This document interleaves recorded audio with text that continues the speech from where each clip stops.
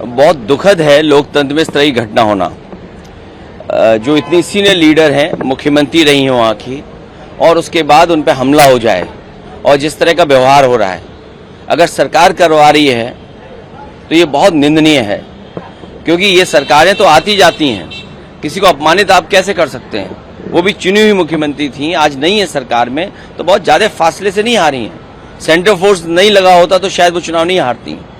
ये सिक्योरिटी मिलनी चाहिए उनको, और सरकार की जिम्मेदारी उनकी सुरक्षा का इंतजाम करे।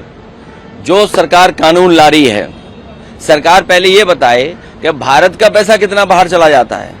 बाहर का पैसा अंदर आए उसमें पाबंदी है, लेकिन भारत का पैसा कुछ भी चला जाए उसके लिए कोई पाबंदी नहीं है। सरकार को अपने पुराने नारे याद करने चाहिए कि काला धन वापस आएगा, किसी को पैसा लेके भागने नहीं देंगे। लेकिन जब से बीजेपी आई है, पैसे वालों के अच्छे दिन आ गए हैं, बड़े लोगों के अच्छे दिन हैं।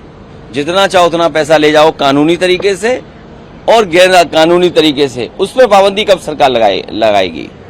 और अगर सरकार पाबंदी नहीं लगाती है तो इसका मतलब FCRA केवल माइनॉरिटीज को परेशान करने के लिए, केवल संदेश देने के लिए कि हम ये कठोर कार्रवाई कर रहे हैं आतंकवाद और इधर उधर जो फाइनेंस होता है पैसा।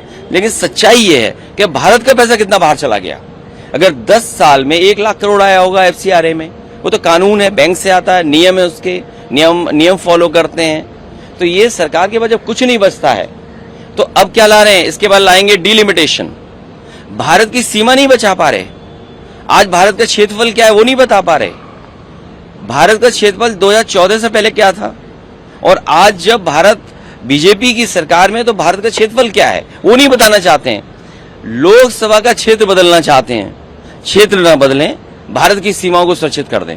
झारखंड में जो आज बच्चे घेराव कर रहे हैं उसके बारे में नहीं, सच्चाई ये है कि झारखंड के बच्चों से बातचीत हुई है सरकार की, और सरकार बातचीत कर रही है। हमें उम्मीद है रास्ता निकलेगा, लेकिन असली जिम्मेदार है भारत की सरकार। भारत की सरकार ने क्या किया है झारखंड के लोगों को नौकरी देने के लिए? भाई, भारत सरकार अगर कुछ काम अच्छा करती तो स्टेट गवर्नमेंट को भी फायदा होता है, स्टेट गवर्नमेंट भी काम करती। असली जिम्मेदार अगर कोई है बेरोजगारी के लिए और नौजवानों को उनका भविष्य अंधकार में डालने के लिए, वो भारत सरकार। प्रयागराज में राहुल गांधी जी की रैली हुई और उसको रोकने के लिए खड्डा किया गया, ज्यादा भीड़ उमड़ती हुई दिखी।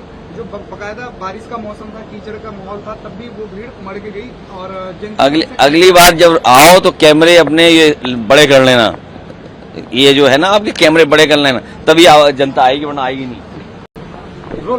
देखिए, बहुत दुखद है लोकतंत्र में इस तरह की घटना होना। जो इतनी सीनियर लीडर हैं, मुख्यमंत्री रही हैं वहाँ की, और उसके बाद उन पर हमला हो जाए और जिस तरह का व्यवहार हो रहा है, अगर सरकार करवा रही है तो ये बहुत निंदनीय है।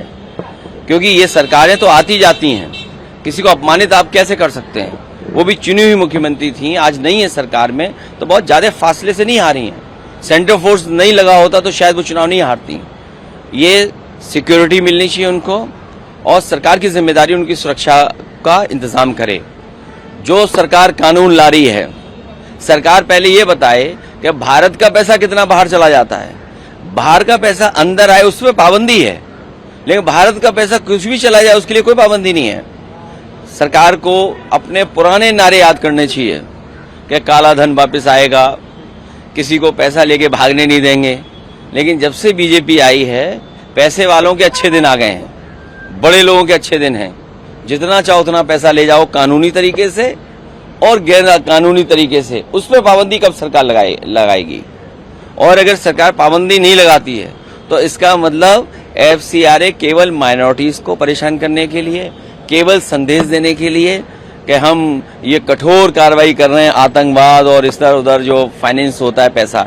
लेकिन सच्चाई ये है कि भारत का पैसा